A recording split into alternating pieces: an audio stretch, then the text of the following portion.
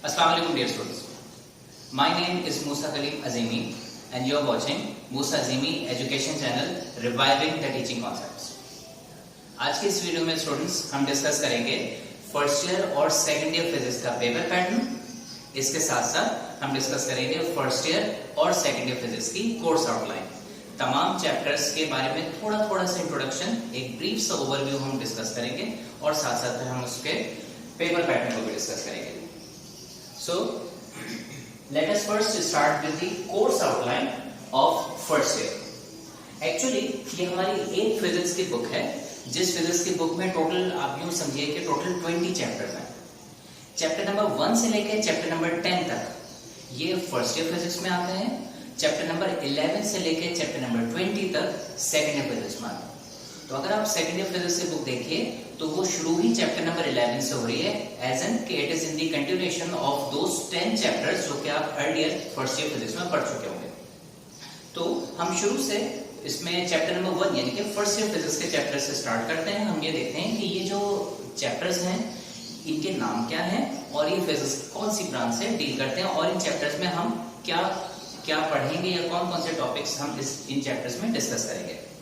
तो सबसे पहले तो chapter number 1 we are talking about first year physics, course outline of first year physics. Chapter number 1 is scope of physics. Scope का मतलब होता है vision and vision needs to see. तो scope of physics का मतलब physics का vision क्या है, फिजिक्स नेचर के कौन से एस्पेक्ट्स को कवर करती है या फिजिक्स कहां तक फैली हुई है, यानी कि वो कौन से फैक्टर्स हैं या वो कौन से फैक्ट्स हैं जो कि फिजिक्स के जरिए एक्सप्लेन किए जाते हैं। ये हम पढ़ेंगे chapter number 1 scope of physics में। और प्रीवियस क्लासेस की तरह ये एक इंट्रोडक्टरी चैप्टर ही होता है, लेकिन इस चैप्टर में जो पिछली क्लासेस में हमने पढ़ा है यानी कि मैट्रिक फिजिक्स में आपने पढ़ा है कि फिजिकल क्वांटिटी क्या होती है, टाइप्स ऑफ फिजिकल क्वांटिटीज क्या होती हैं, फंडामेंटल और डिराइव्ड, एसआई सिस्टम, और दूसरी यूनिट्स क्या होती हैं फिजिकल क्वांटिटीज की। ये तो हम पहले भी मैट्रिक फिजिक्स में भी पढ़ चुके हैं। क्या नया इस चैप्टर में फर्स्ट ईयर में हम पढ़ेंगे वो है 2 टॉपिक्स, एक है डायमेंशन, दूसरा है डायमेंशनल एनालिसिस। ठीक है, और डायमेंशंस से रिलेटेड एक एमसीक्यू भी मोर और लेस हर साल ही पूछा जाता है हमसे कि भाई किसी भी फिजिकल क्वांटिटी की डायमेंशन कैलकुलेट करने को आपसे पूछा जा सकता है। सपोज एंगुलर मोमेंटम की डायमेंशन क्या है, ये एमसीक्यू आता है, सही है। इसके साथ साथ डायमेंशन के ही टॉपिक से रिलेटेड एक है जिसे हम कहते हैं डायमेंशनल एनालिसिस। जो फिजिक्स में हम फॉर्मूले पढ़ते हैं वो फॉर्मूले ठीक हैं या वो फॉर्मूले गलत हैं। कोई भी फॉर्मूला अगर अपना बनाता है तो उसकी श्योरिटी यानी कि उस फॉर्मूले का चेक कि वो फॉर्मूला ठीक है या गलत है, तो उसको चेक करने के बहुत सारे मेथड्स में से एक मेथड डायमेंशनल एनालिसिस भी है। अगर किसी फॉर्मूले को डायमेंशनली एनालाइज किया जाए और वो डायमेंशनल एनालिसिस के बाद सही साबित हो रहा है यानी कि उसका एनालिसिस करेक्ट प्रूफ हो रहा है, तो हम ये कहते हैं कि चांसेस हैं कि ये फॉर्मूला ठीक होगा, सही। तो ये 2 इंपॉर्टेंट चीजें हैं जो कि हम इस chapter number 1 scope of physics में पढ़ेंगे। Chapter number 2 vectors.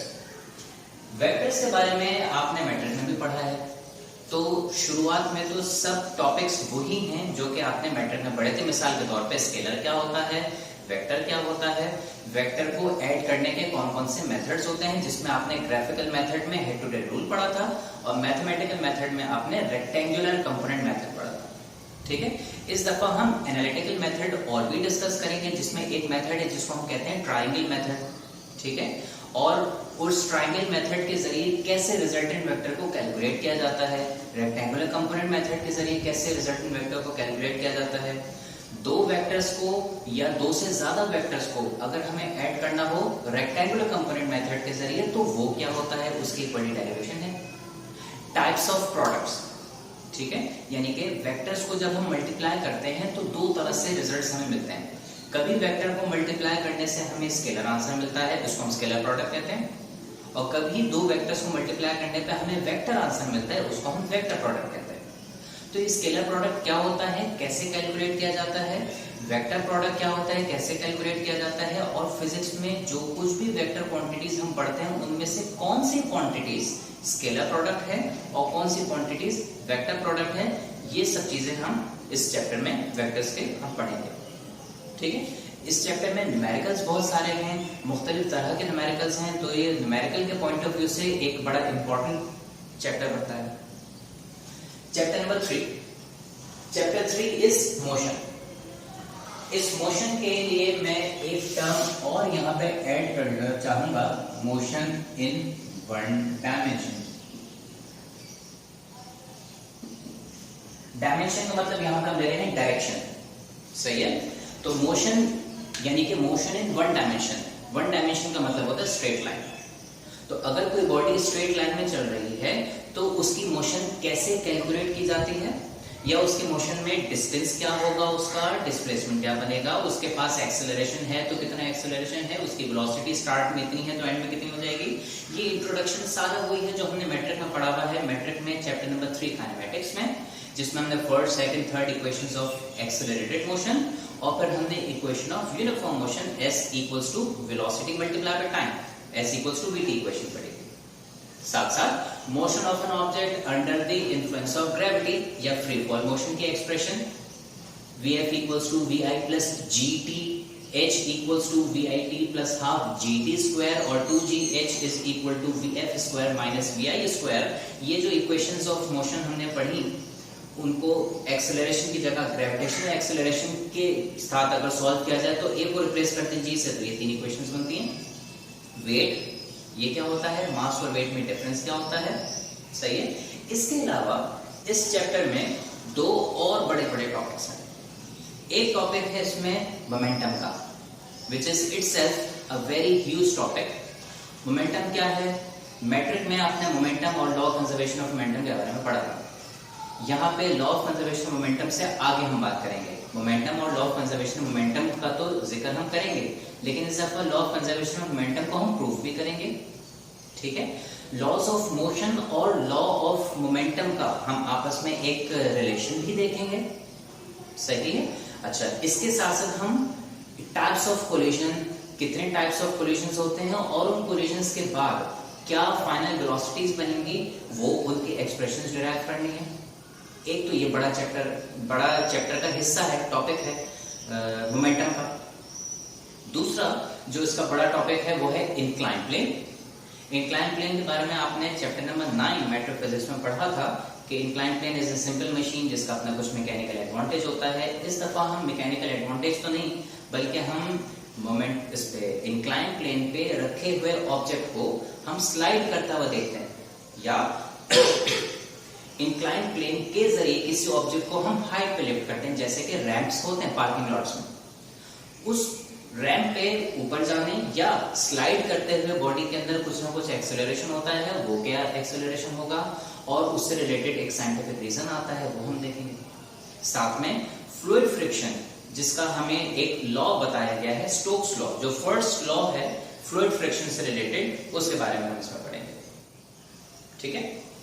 So this is chapter number 3, which is a very important chapter and a very lengthy chapter as well. Basic physics के concepts mechanics पे हम इस chapter number 3 मोशन में देखते हैं। ये चैप्टर भी फिजिक्स की ब्रांच मैकेनिक्स से डील करता है, जैसे कि चैप्टर नंबर 2 डील करता है।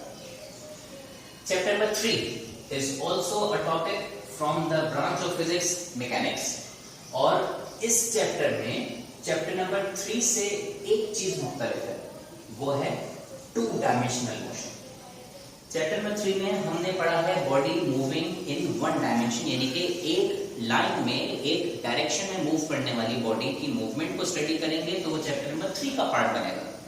लेकिन वी सी सर्टेन ऑब्जेक्ट्स जो कि एक टाइम पे एक नहीं 2-2 डायरेक्शन में मूव कर रहे होते हैं, जैसे मिसाल के तौर पे प्लैनेटरी मोशन, वो सन के गिर्द अगर घूम रहा होता है तो अगर आप उसको इमेजिन कीजिए तो वो सर्कल में मोर और लेस अगर हम उसको कंसिडर करें तो वो सर्कल में एक टाइम पे एक्स एक्सिस के अलॉन्ग में मूवमेंट शो कर रहा होता है और वाई एक्सिस के अलॉन्ग में मूवमेंट शो कर रहा होता है। तो इसमें 2 डायमेंशनल मोशन में यानी कि साइमल्टेनियसली बॉडी का 2-2 सिमटों में 2-2 डायरेक्शंस में मूव करना, उसमें एक सर्कुलर मोशन हम पढ़ेंगे और दूसरा हम इसमें पढ़ेंगे प्रोजेक्टाइल मोशन। प्रोजेक्टाइल मोशन की डिटेल तो हम अभी ऑफ कोर्स नहीं डिस्कस कर सकते, लेकिन प्रोजेक्टाइल मोशन की एग्जांपल आप ले सकते हैं, जैसे कि एक प्लेयर है जो फुटबॉल किक करता है, या बैट्समैन है जो कि एक 6 हिट करता है, तो उसकी जो पूरी मूवमेंट है वो ऐसे लाइक दिस ऐसे बनती है। तो ये जो मूवमेंट है ये साइमल्टेनियसली हाइट पे भी जा रही है यानी कि वाई एक्सिस में भी, और फॉरवर्ड भी मूव कर रही है यानी कि एक्स एक्सिस पे भी. So this is an example of projectile motion and this is an example of two dimensional motion which we will study in chapter number 4. Chapter number 5. Chapter number 5 torque, angular momentum and equilibrium. जैसा कि हमें नजर आ रहा है कि इस chapter के 3 हिस्से हैं. पहला टॉपिक टॉर्क, दूसरा एंगुलर मोमेंटम और तीसरा इक्विलिब्रियम. ना आपने मैट्रिक में भी इन तीनों के बारे में, इन दोनों के बारे में, टॉर्क और इक्विलिब्रियम के बारे में पढ़ा है. Angular momentum might be a new term for you. तो टॉर्क हम जानते हैं कि फोर्स जब किसी बॉडी पे एक्ट करती है तो वो फोर्स बॉडी को स्ट्रेट लाइन में मूव करवाती है.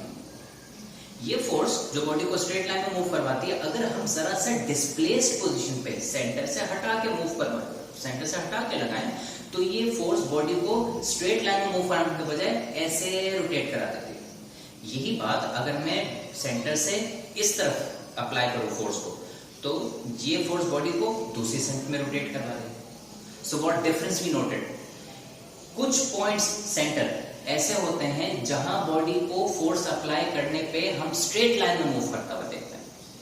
कुछ पॉइंट्स होते हैं ऐसे सेंटर से हटके जिस पे अगर फोर्स अप्लाई की जाए तो वो बॉडी को रोटेट करता हुआ देखते हैं, यानी कि force applied on the body other than its centre, तो वो बॉडी के अंदर रोटेट करने की टेंडेंसी प्रोड्यूस कर देती है या रोटेट करने की एबिलिटी प्रोड्यूस कर देती है. And this effect of rotating या this effect of rotation, sorry, this effect of rotation is called torque. क्या होता है, किस तरह का प्रोडक्ट होता है, इट्स अ क्रॉस प्रोडक्ट या वेक्टर प्रोडक्ट भी जिसको हम कहते हैं. हाउ टॉर्क इज कैलकुलेटेड, ठीक है, टॉर्क फाइंड करने की कंडीशंस क्या हैं. इक्विलिब्रियम के बारे में वी ऑल नो कि इक्विलिब्रियम का मतलब होता है state of balance. State of balance का मतलब होता है ऐसी स्टेट जिसमें कोई एक्सेलरेशन या चेंज इन मोशन ना आ रहा हो, चाहे वो रोटेशन की हम बात करें कि रोटेशन भी सिमिलर रोटेशन हो, यूनिफॉर्म रोटेशन हो, ठीक है, और या तो फिर वो स्ट्रेट लाइन मोशन हो, वो भी कांस्टेंट वेलोसिटी से चल रही हो, तो भी हम कहते हैं कि दोनों के दोनों स्टेट ऑफ बैलेंस में है. या इवन अगर बॉडी स्टेट ऑफ रेस्ट में है तो भी क्योंकि वो रेस्ट में है, उसमें कोई चेंज इन वेलोसिटी नहीं आ रहा, तो भी से कि उसमें कोई एक्सेलरेशन नहीं आ रहा, तो बॉडी एट रेस्ट हो या बॉडी इन यूनिफॉर्म मोशन हो या बॉडी इन यूनिफॉर्म रोटेशन हो, ये सब के सब स्टेट ऑफ इक्विलिब्रियम को शो करते हैं. और ये इक्विलिब्रियम कितनी तरह के होते हैं, ये इक्विलिब्रियम कैसे अचीव किए जाते हैं, किस इक्विलिब्रियम को कौन सी कैटेगरी में डाला जाता है, ये इस टॉपिक इक्विलिब्रियम के कंडीशंस ऑफ इक्विलिब्रियम और काइंड्स ऑफ इक्विलिब्रियम पढ़ते हैं. सही है. Angular momentum. एंगुलर मोमेंटम के बारे में हम सिर्फ इतना फिलहाल कह सकते हैं, मोमेंटम का मतलब होता है एक ऐसी फिजिकल क्वांटिटी जो कि एक मूविंग बॉडी के पास ही होती है. रेस्ट में रहने वाली बॉडी के पास कोई मोमेंटम नहीं होता. हमने जो मोमेंटम पढ़ा होता है अब तक, P is equal to mass into velocity, ये लीनियर मोमेंटम कहलाता है, यानी कि momentum of a body moving in straight line. Linear momentum, तो momentum of a body moving in an angular path या momentum of a body moving along a curved path या along a circular path, तो वो angular momentum कहलाएगा. Circle में angles बन रहे होते हैं, तो एंगुलर पाथ में मूव करने वाली बॉडी के पास एंगुलर मोमेंटम होता है. जैसे कि एक फैन की रोटेशन होती है, तो फैन की किसी एक फिन के ऊपर, एक पंखे की पंखड़ी के ऊपर अगर आप एक पॉइंट लगाते हैं और उसको चलाएं, ऑन करें, तो वो आपको ऐसे रोटेट करता हुआ नजर आएगा, क्योंकि वो एक एंगुलर पाथ में रोटेट कर रहा है. मूव कर रहा है, इसके मोमेंटम तो है, लेकिन एंगुलर पाथ में मूव कर रहा है, लिहाजा उसके पास एंगुलर मोमेंटम होगा. ठीक है. Chapter number 6. Chapter number 6 gravitation. इस ग्रेविटेशन के बारे में सभी जानते हैं. ग्रेविटेशन या gravity is a very very famous and familiar concept for almost every student. किसी ने पढ़ा हो या ना पढ़ा हो, लेकिन वो इस टर्म से फेमिलियर जरूर होता है और सबको मालूम है कि बॉडी को ड्रॉप करके जमीन की तरफ जाते हुए देखना ग्रेविटेशन का इफेक्ट है. ठीक है. फिर जब हम पढ़ते हैं तो हमें पता चलता है gravity is not about falling of an object on the surface of earth, it's about attracting every body. ठीक है. कोई भी बॉडी दूसरे को अपनी तरफ अट्रैक्ट करती है, तो दिस इज ग्रेविटेशन. तो it is not pertaining to या related to earth only, it relates to every material body. Gravitation एक प्रॉपर्टी है जो कि हर मटेरियल बॉडी की होती है, चाहे वो साइज में कितनी ही छोटी, लाइक एन इलेक्ट्रॉन या वो साइज में कितनी ही बड़ी, like a huge gigantic planet या सन। ठीक है। मैट्रिक में भी आपने ग्रेविटेशन के बारे में न्यूटन का लॉ ऑफ ग्रेविटेशन पढ़ा था, उसके साथ साथ आपने लॉ ऑफ ग्रेविटेशन की मदद से मास ऑफ अर्थ डिराइव किया था। यहाँ पे हम एक्स्ट्रा क्या पढ़ेंगे, मास ऑफ अर्थ के साथ साथ मास ऑफ सन भी डिराइव करते हैं हम लॉ ऑफ ग्रेविटेशन को इस्तेमाल करते हुए। मास ऑफ सन के साथ साथ अर्थ का वॉल्यूम और अर्थ की डेंसिटी को कैलकुलेट करते हैं। और मैट्रिक में आपने ये भी पढ़ा था कि ग्रेविटेशन या फोर्स ऑफ ग्रेविटी का एक्सेलरेशन 9.8 मीटर्स पर सेकंड स्क्वायर, जैसे जैसे बॉडी सरफेस ऑफ अर्थ से दूर जाती है, ठीक है, उसके ग्रेविटेशनल एक्सेलरेशन की वैल्यू बदल जाती है। ठीक है। दूर जाने के दो रास्ते हैं, चाहे तो बॉडी हाइट पर चली जाए तो भी अर्थ से दूर जा रही है, या चाहे बॉडी डेप्थ में चली जाए तो भी सरफेस ऑफ अर्थ से दूर जा रही है, नीचे जा रही है। दोनों ही सूरतों में इस दफा हम दोनों पढ़ेंगे। मैट्रिक में आपने सिर्फ variation in g with height पढ़ा था, यहाँ पे हम variation g with height as well as depth दोनों पढ़ेंगे। As the body moves away from the earth at a certain height, तो acceleration due to gravity में क्या चेंज आता है, it increases or reduces। और as the body moves down the earth near to the center, तो उसके acceleration due to gravity में क्या फर्क आता है, it increases or decreases। उसके हम expressions पढ़ेंगे और उन expressions से related कुछ छोटे छोटे conclusions हैं जो कि हमें पता होना चाहिए। ठीक है। साथ में फिर इसमें वेटलेसनेस का एक एक्सपेरिमेंट है, बड़ा फेमस था और बड़ा नया कंसेप्ट है वेटलेसनेस का। हम वेटलेसनेस के बारे में बहुत ही ज्यादा मिसकंसेप्शंस रखते हैं कि वेटलेसनेस इज अ फिनोमेना जो कि सिर्फ और सिर्फ स्पेस में ऑक्यूपाई हो सकता है, ये स्पेस में एनकाउंटर करते हैं, which is absolutely wrong. Scientifically we say weightlessness हम जमीन पे भी रहते हुए एक्सपीरियंस करते हैं। Every free falling body experiences weightlessness, या हर फ्री फॉलिंग बॉडी वेटलेस होती है। ठीक है। ऐसा क्यों होता है और कैसे वो वेट रखने वाली बॉडी एकदम से वेटलेस हो जाती है, इसके बारे में हम डिस्कशन करेंगे बड़ा डिटेल में इस चैप्टर नंबर 6 ग्रेविटेशन के अंदर। Chapter number 7 work, power and energy. Work, power and energy में आपको जैसे अंदाजा हो रहा है कि इस चैप्टर के 3 हिस्से हैं, 3 टॉपिक्स हैं, वर्क, पावर और एनर्जी। वैसे ही बातें हैं जैसे आपने मैट्रिक में की, लेकिन उसमें से कुछ एक्स्ट्रा हम मजीद इसमें नए टॉपिक्स के तौर पर पढ़ेंगे। वर्क क्या होता है, work is a form of energy. ठीक है। लेकिन इस दफा हम ये पढ़ेंगे कि वर्क डिपेंड करता है या इंडिपेंडेंट होता है, वर्क कब सेम रहता है, कब डिफरेंट रहता है। एक कंसेप्ट है जिसको हम कहते हैं कंजर्वेटिव फील्ड। ठीक है। वो फील्ड में ओपन पाथ हो या क्लोज पाथ हो, वर्क किसमें सेम रहता है, किसमें बदल जाता है और क्यों ऐसा होता है। ठीक है। कंजर्वेटिव फील्ड और नॉन कंजर्वेटिव फील्ड, इनके बारे में थोड़ा सा हम फर्क देखेंगे। कौन सी फील्ड कंजर्वेटिव है, कौन सी नॉन कंजर्वेटिव है, इसका हम जिक्र करेंगे। इसकी डेरिवेशन है जो पेपर पॉइंट ऑफ व्यू से इंपॉर्टेंट भी हो सकती है। दूसरा टॉपिक हम इसमें देखेंगे पावर। अगेन एक छोटा सा टॉपिक है, वर्क से रिलेटेड ही है। हम जानते हैं power is equal to work done divided by time. एक सेकंड में कितना बॉडी वर्क करती है ये उसकी पावर बन जाती है। इसकी हम एक्सप्रेशन देखेंगे, इसके डिफरेंट यूनिट्स देखेंगे जो हमें न्यूमेरिकल में काम आते हैं। इस पावर के हम एक रिलेशन तो जानते ही हैं, वर्क अपॉन टाइम। एक रिलेशन और है फोर्स और वेलोसिटी टर्म में, छोटी सी डेरिवेशन चंद स्टेप्स की, वो हम देखेंगे। ठीक है। और साथ में जब पावर का टॉपिक हम स्टार्ट करेंगे तो ये देखेंगे why do we need to calculate power of a body if it is dependent on work and we already know what work is, तो why do we need to find the power of a body, इसके बारे में हम थोड़ा सा जिक्र करेंगे just to clear the concept. Finally इस चैप्टर का जो तीसरा और आखिरी और बड़ा हिस्सा है दैट इज एनर्जी। एनर्जी के बारे में हम पढ़ेंगे, एनर्जी क्या होती है, एनर्जी किन बॉडीज के पास और कब आ जाती है, एनर्जी की कितनी टाइप्स होती हैं। हम यहाँ पे सिर्फ मैकेनिकल एनर्जी, काइनेटिक और पोटेंशियल के बारे में पढ़ेंगे। ठीक है। कितनी तरह की, 2 तरह के पोटेंशियल एनर्जीज का जिक्र करते हैं, इलास्टिक पोटेंशियल और ग्रेविटेशनल पोटेंशियल। एक फॉर्म ऑफ एनर्जी से दूसरी फॉर्म ऑफ एनर्जी में कन्वर्जन। ठीक है। पोटेंशियल से काइनेटिक, काइनेटिक से पोटेंशियल। और साथ में हम यहाँ पे पढ़ेंगे वर्क एनर्जी थ्योरम।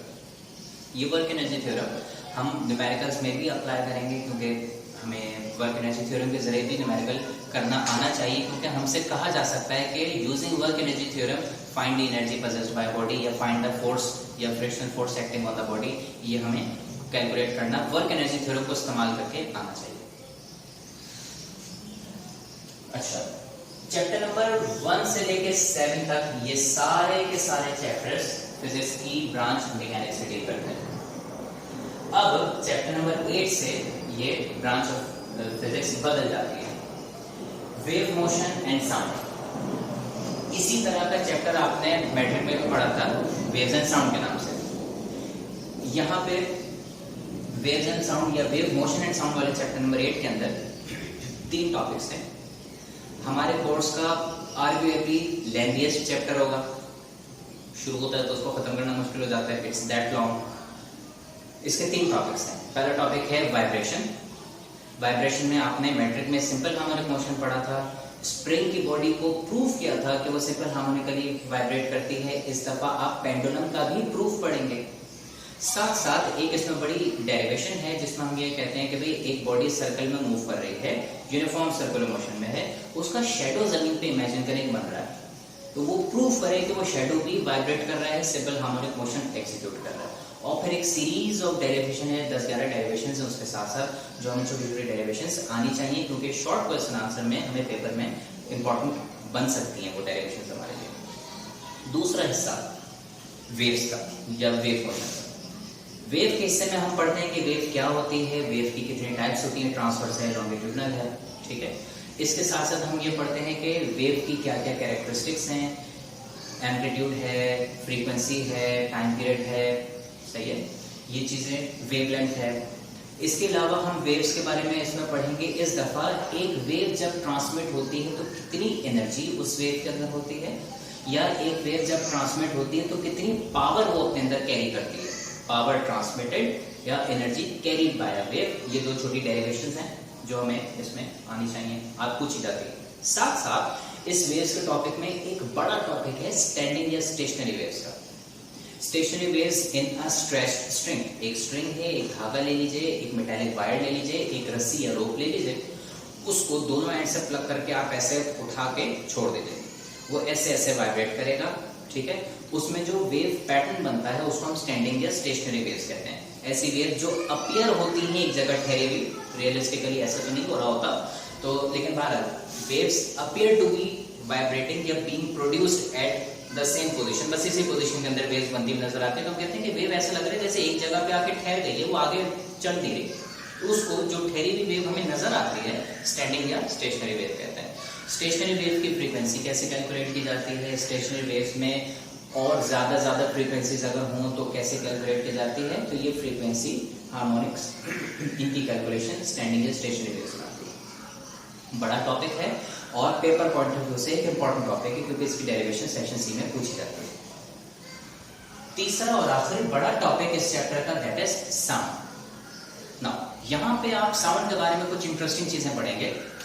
साउंड के बारे में हमें न्यूटन की थ्योरी बताई जाती है या पढ़ाई जाती है। न्यूटन ने कुछ अपना कंसेप्ट दिया, उसमें कुछ एरर्स निकले, तो न्यूटन के ही स्टूडेंट थे जिनका नाम था लैप्लास, उन्होंने कुछ करेक्शन किया न्यूटन की थ्योरी में और एक नई थ्योरी प्रेजेंट की या एक नया फॉर्मूला प्रेजेंट किया, वो ठीक साबित हुआ, फिर उनकी बात को सही माना गया और उसके मुताबिक हम साउंड की वेलोसिटी डिफरेंट टेम्परेचर में करते हैं कैलकुलेट। फिर हम इसमें ये देखते हैं कि ये साउंड जब चलती है या किसी भी साउंड वेव को अगर हम एनालाइज करते हैं तो साउंड वेव की अपनी कुछ कैरेक्टरिस्टिक्स होती हैं।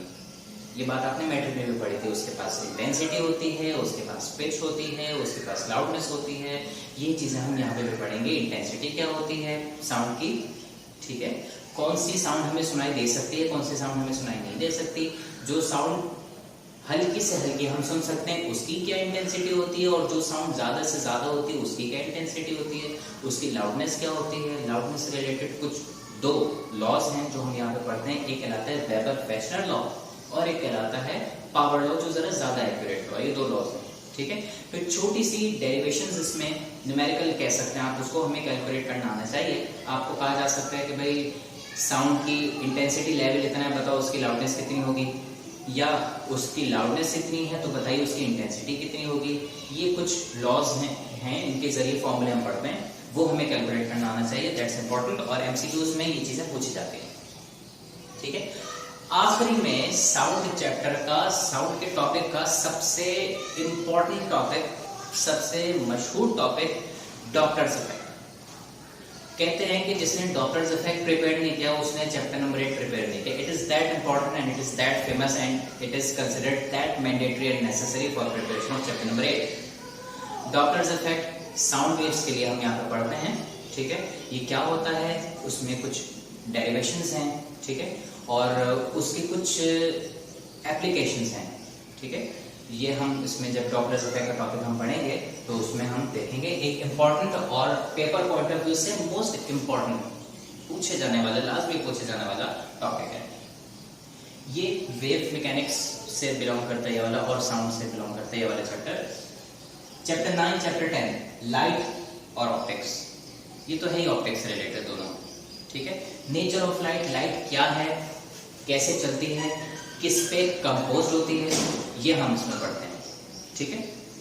नेचर ऑफ लाइट के बारे में मुख्तलिफ थ्योरीज रही, पार्टिकल थ्योरी रही, और नेचर ऑफ लाइट से रिलेटेड कुछ वेव की थ्योरी रही, यानी कि कुछ साइंटिस्ट का ख्याल था कि लाइट वेव की फॉर्म में चलती है। तो इस चैप्टर में हम सीरीज ऑफ एक्सपेरिमेंट्स पढ़ेंगे जो सपोर्ट करते हैं कि लाइट वेव को फॉलो करती है, ये वेव नेचर एग्जीक्यूट करती है।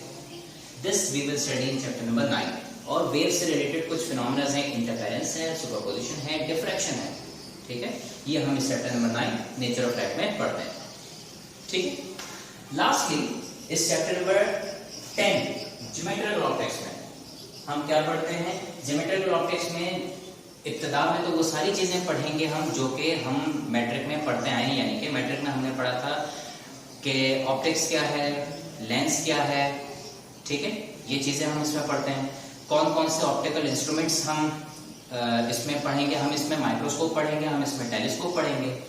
तो माइक्रोस्कोप और टेलीस्कोप तो आपने पहले भी पढ़े हैं, लेकिन इस दफा हम इनके साथ साथ कुछ और एक्स्ट्रा चीजें भी पढ़ेंगे। इनकी कंस्ट्रक्शन वर्किंग के अलावा हम इनकी मैग्नीफाइंग पावर भी कैलकुलेट करेंगे कि दो माइक्रोस्कोप्स रखे हुए हैं, कौन सा हम पहचानने में या पहचान सकते हैं कि दोनों में से ज्यादा पावरफुल माइक्रोस्कोप कौन सा है।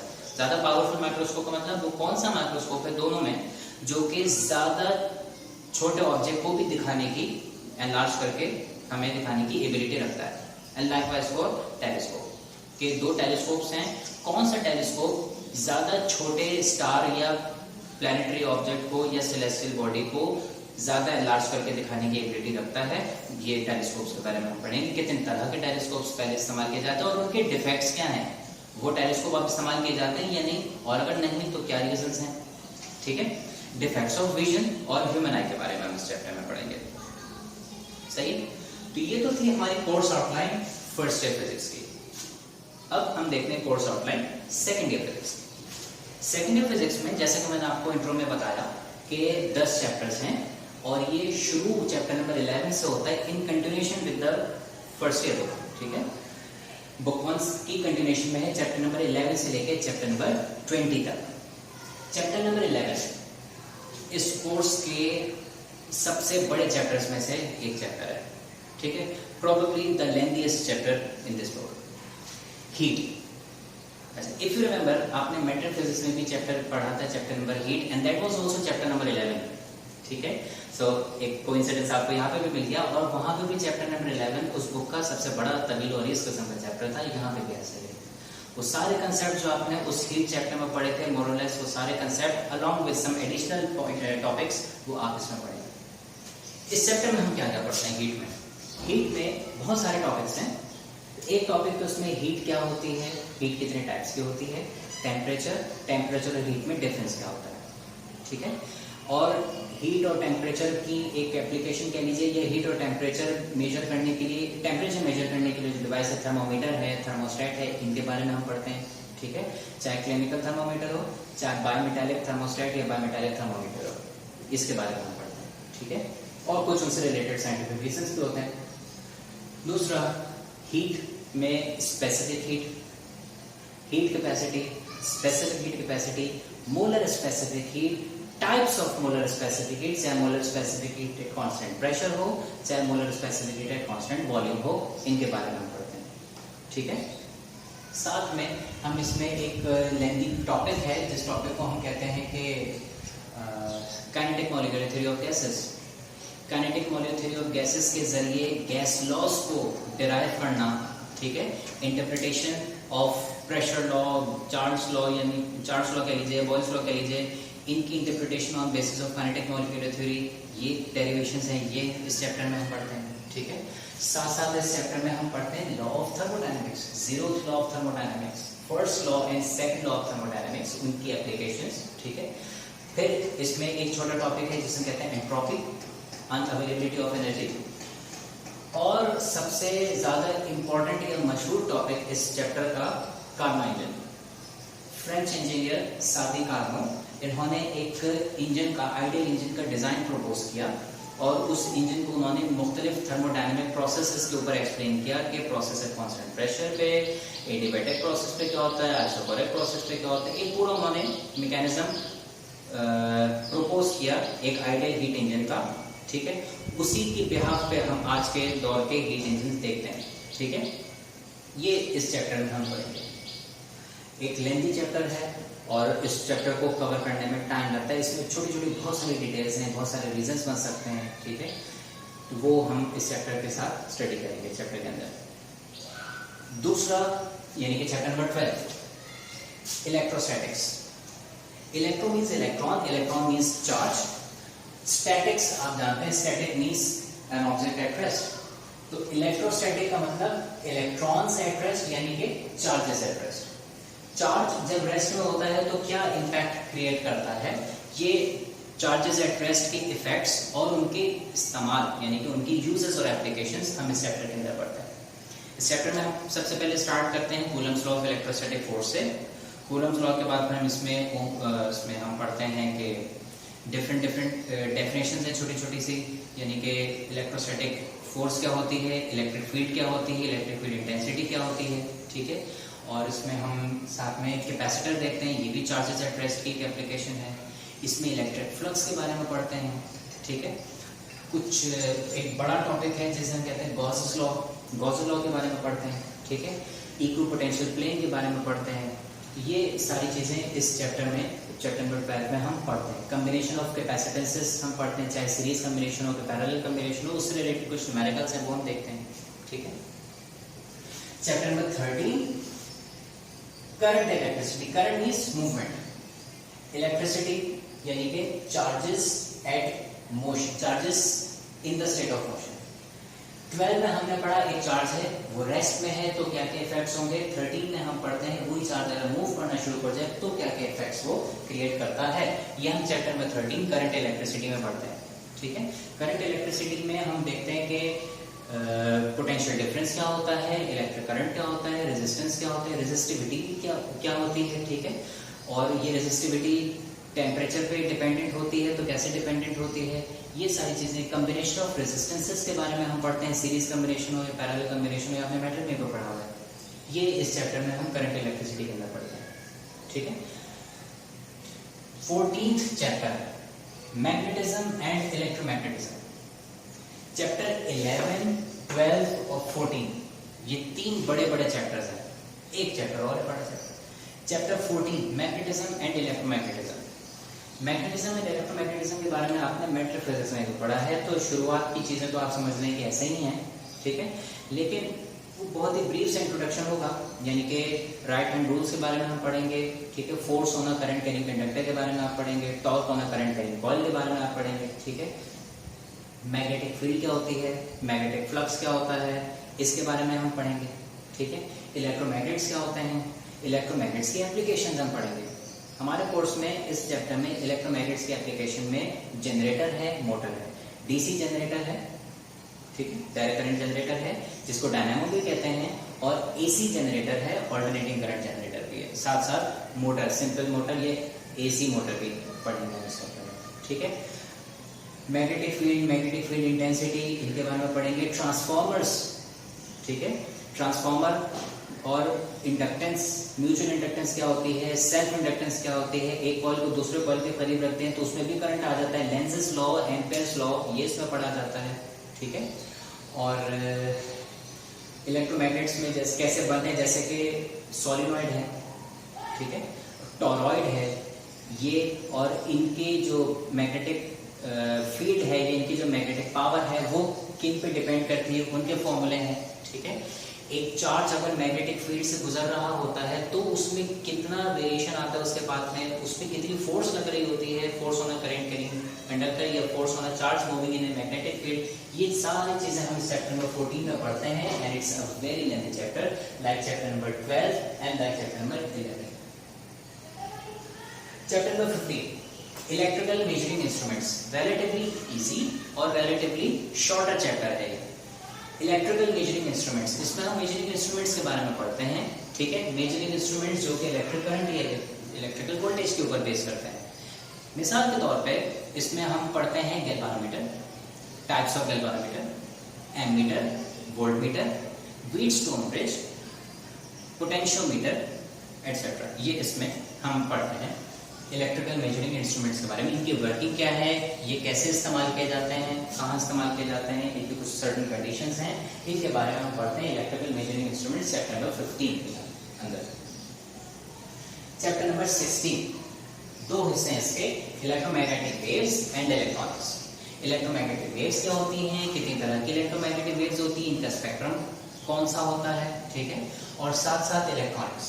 इलेक्ट्रॉनिक्स भी वैसे ही जो आपने मैट्रिक में पढ़ा था, डायोड क्या होता है, ट्रांजिस्टर क्या होता है, इनके अपने कॉम्बिनेशंस क्या होते हैं, थोड़ी सी एक्स्ट्रा चीजें कि भाई कॉमन एमिटर कॉन्फ़िगरेशन क्या होती है, कॉमन बेस कॉन्फ़िगरेशन क्या होती है, कॉमन कलेक्टर कॉन्फ़िगरेशन क्या होती है, डायोड्स के या ट्रांजिस्टर के डिफरेंट मोड्स हैं. ट्रांजिस्टर में से अगर आपको करंट पास करवाना है तो कैसी कॉन्फ़िगरेशन होनी चाहिए, ट्रांजिस्टर कट ऑफ मोड क्या होता है, सैचुरेशन मोड क्या होता है. इसमें साथ में एक पोर्शन होता है कम्युनिकेशन का भी. कम्युनिकेशन में जिसमें हम मवासलाती निज़ाम जिसे हम उर्दू में कहते हैं, इसमें आप मॉड्यूलेशन की टेक्निक के बारे में हम पढ़ेंगे कि मॉड्यूलेशन क्या होती है. सही है, और कहाँ से कंसेप्ट आया मॉड्यूलेशन का, और हम आज के कम्युनिकेशन के दौर में मॉड्यूलेशन कहाँ इस्तेमाल करते हैं, कौन सी टाइप की मॉड्यूलेशन इस्तेमाल करते हैं. ठीक है, और मुख्तलिफ टाइप्स ऑफ मॉड्यूलेशन में क्या क्या फ़र्क है, क्या क्या फ़ायदा है. जितना मौका मिला तो इंशाल्लाह मैं आप लोगों को उसमें कुछ एक्स्ट्रा चीज़ें भी इसमें I will share with you. Chapter number 17 undoubtedly the most interesting chapter of secondary physics. Lengthy भी है, 11, 12, 14, 17 ये चार इस कोर्स के सबसे बड़े और लेंथी तरीन चैप्टर्स हैं, लेकिन चैप्टर नंबर 17 उन चारों में और सब में इंटरेस्टिंग तरीन चैप्टर है. Chapter number 17 advent of modern physics. देखें, फिजिक्स आज के दौर में हम तीन तरह की फिजिक्स जानते हैं. एक क्लासिकल फिजिक्स जिसको न्यूटोनियन फिजिक्स भी कहते हैं, एक मॉडर्न फिजिक्स है. ठीक है, मॉडर्न फिजिक्स में हम जो पढ़ते हैं उसमें वो थ्योरी ऑफ रिलेटिविटी भी है. ठीक है, अब जब हम ये चैप्टर शुरू करेंगे तो I give you an introduction कि क्लासिकल फिजिक्स किन एरियाज में इस्तेमाल होती है. लोग कहते हैं क्लासिकल फिजिक्स गलत है. क्लासिकल फिजिक्स गलत जरूर है, लेकिन कंप्लीटली गलत नहीं है. अगर कंप्लीटली गलत होती तो हम मैट्रिक में फर्स्ट ईयर में क्लासिकल फिजिक्स पढ़ते ही क्यों. फर्स्ट ईयर फिजिक्स का आपका सारा का सारा चैप्टर नंबर 1 से लेकर चैप्टर नंबर 8 तक सब मैकेनिक्स का क्लासिकल फिजिक्स से बिलोंग करता है. ठीक है, तो क्लासिकल फिजिक्स की अपनी डोमेन है. कौन से एनवायरनमेंट में कह लीजिए या कौन सी कंडीशन ज़्यादा अप्रोप्रिएट होगा, किस कंडीशन में क्लासिकल फिजिक्स अप्लाई होती है, कौन सी डोमेन या कौन सी रियल या कौन सी कंडीशन मॉडर्न फिजिक्स में आती है. ठीक है, फिर हम इसमें पार्टिकल या क्वांटम फिजिक्स भी पढ़ते हैं. तो क्वांटम फिजिक्स कहाँ अप्लाई होती है, क्लासिकल फिजिक्स कहाँ अप्लाई होती है, मॉडर्न फिजिक्स कहाँ अप्लाई होती है, ये. ठीक है, जब ऑब्जेक्ट्स मूव करते हैं, चाहे बहुत छोटे ऑब्जेक्ट्स हों, ठीक है, या बड़े ऑब्जेक्ट्स हों, when objects move with low velocities, ठीक है, तो उनकी स्टडी को क्लासिकल फिजिक्स के जरिए एनालाइज या स्टडी किया जाता है. जब वही ऑब्जेक्ट्स मूव करना शुरू कर जाते हैं, लार्ज ऑब्जेक्ट्स मूव करना शुरू कर जाते हैं वेरी हाई स्पीड के साथ, comparable to that of light की स्पीड से कंपेरेबल अगर हो, ठीक है, तो वहां पे क्लासिकल फिजिक्स के कंसेप्ट सारे वायलेट हो जाते हैं. वहां पे क्लासिकल फिजिक्स अप्लाई नहीं हो पाती, उसके रिजल्ट्स ही गलत आए. यही हम पढ़ेंगे मॉडर्न फिजिक्स की एडवेंट मींस एवोल्यूशन, उसकी इर्तका शुरू कहां से हुआ. ठीक है, तो when particles या objects start to move with very high velocity comparable to the speed of light, classical physics is not applied. वहाँ पे theory of relativity comes into play. theory of relativity में आइंस्टाइन की दो theories हैं, एक special theory of relativity जो हम यहाँ पढ़ेंगे और एक general theory of relativity जिसका मैं आपको एक आइडिया जरूर दूंगा इसमें. ठीक है, वो theory of relativity itself एक बड़ी इंटरेस्टिंग है क्योंकि हम पहली दफा उस theory को पढ़ रहे हैं, इसलिए 99.99% और probably 100%. ठीक है। 100% या 99.99% बच्चे पहली दफा में उस थ्योरी को ग्रैब कर ही नहीं पाते, because we have never been through such situations. इसलिए it's very hard for us to imagine that scenario जिसमें ये स्पेशल थ्योरी या general theory of relativity discuss की जाती है, या थ्योरी ऑफ रिलेटिविटी के जरिए फिनोमेना को या इफेक्ट्स को एक्सप्लेन किया जाता है। ठीक है। फिर क्वांटम फिजिक्स आती है। क्वांटम फिजिक्स पार्टिकल्स, बहुत छोटे पार्टिकल्स जब मूव करते हैं, ठीक है, बहुत छोटे पार्टिकल जैसे कि सब एटॉमिक पार्टिकल जो न्यूक्लियॉन्स होते हैं, न्यूक्लियस के अंदर मौजूद पार्टिकल्स होते हैं, उनकी फिजिक्स को पार्टिकल फिजिक्स या क्वांटम फिजिक्स भी हम कहते हैं। ठीक है।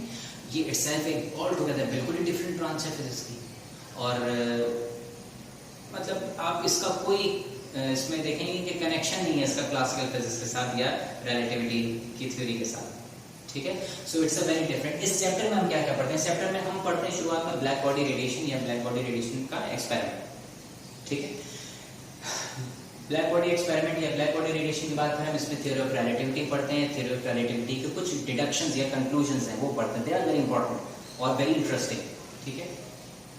उसके बाद एडवेंट ऑफ क्वांटम फिजिक्स में हम इसमें कुछ और टॉपिक्स पढ़ते हैं, जैसे कि फोटो इलेक्ट्रिक इफेक्ट है, उसमें हम पढ़ते हैं कॉम्पटेंस इफेक्ट, उसमें हम पेयर प्रोडक्शन जिसको मटेरियलाइजेशन ऑफ एनर्जी भी कहा जाता है, उसमें डी ब्रोगलीस हाइपोथेसिस भी पढ़ते हैं, उसमें एनाइलेशन ऑफ मैटर भी पढ़ते हैं, उसमें हाइजेनबर्ग्स अनसर्टेनिटी प्रिंसिपल भी पढ़ा जाता है, डेविसन जर्मर एक्सपेरिमेंट भी फोटो इलेक्ट्रिक इफेक्ट में आइंस्टाइन के उसके साथ पढ़ाया जाता है। ये सारी चीजें हम इस chapter number 17 advent of quantum physics में पढ़ते हैं। It's a lengthy chapter but a very very interesting chapter. ठीक है।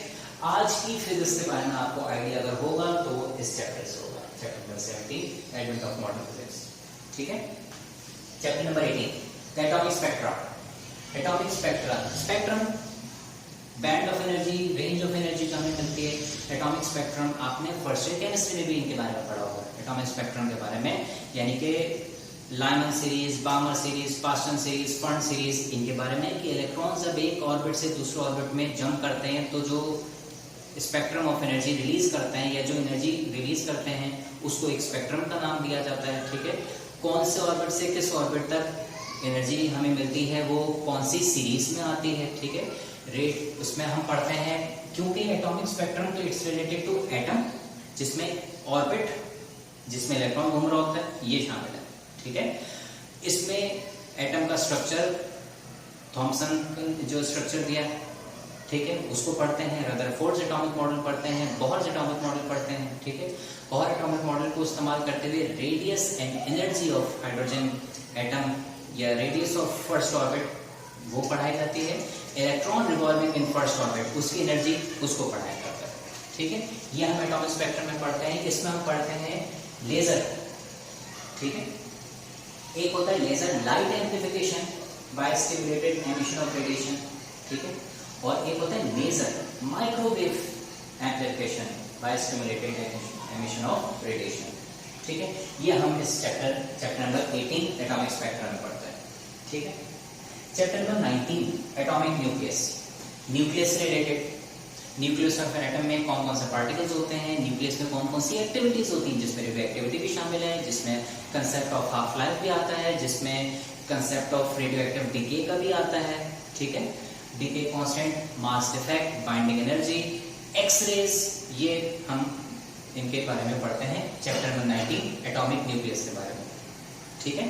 तो ये एक निस्बतन छोटा चैप्टर है और इसमें ये टॉपिक्स इसमें शामिल है। Last chapter which is probably the smallest chapter of this course.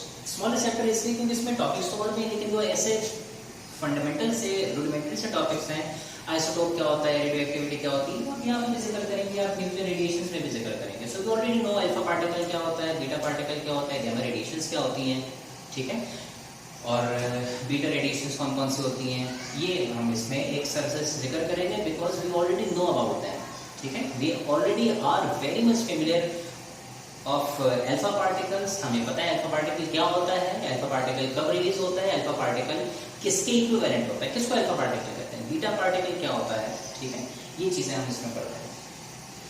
और साथ में इसमें दो फेमस एक्सपेरिमेंट्स हैं। एक कहलाता है विल्सन क्लाउड चेंबर, ठीक है, और दूसरा कहलाता है गीगर मुलर काउंटर, या जिसको गीगर काउंटर भी, कोई जैगर काउंटर कहता है, कोई गीगर काउंटर कहता है। I heard my teacher saying Geiger counter, so I pronounce it as Geiger counter. तो गीगर काउंटर या फुल फॉर्म उसकी है तो गीगर मुलर काउंटर। ये दो एक्सपेरिमेंट्स असल में इस चैप्टर में हैं, तो वो हम चैप्टर नंबर 20 न्यूक्लियर रेडिएशन में पढ़ते हैं। ठीक है, ये बहुत ही छोटा चैप्टर है और ये हमारा एक बहुत ही ब्रीफ सा ओवरव्यू है सेकेंड ईयर फिजिक्स का। ठीक है, तो इंशाल्लाह आपसे मुलाकात होगी, फिर हम इसमें अभी पेपर पैटर्न डिस्कस करते हैं। ठीक है, आफ्टर दैट फिर नेक्स्ट वीडियो लेक्चर में इंशाल्लाह we will properly start physics course first year का भी और सेकेंड ईयर का भी। आज के लेक्चर को या आज के वीडियो को हम यहाँ कंक्लूड करते हैं। आपसे मुलाकात होगी इंशाल्लाह नेक्स्ट वीडियो लेक्चर में। प्रॉपर्ली फिजिक्स का कोर्स का हम कोर्स वर्क का आगाज करेंगे। फर्स्ट ईयर में हम शुरू करेंगे chapter number 1 scope of physics से, और सेकंड ईयर में हम शुरू करेंगे चैप्टर नंबर 11 हीट से। आपसे मुलाकात होगी इंशाल्लाह नेक्स्ट वीडियो लेक्चर के साथ। तब तक के लिए अपना ख्याल रखिएगा, पढ़ते रहिएगा। अस्सलाम वालेकुम, बादब बानसी।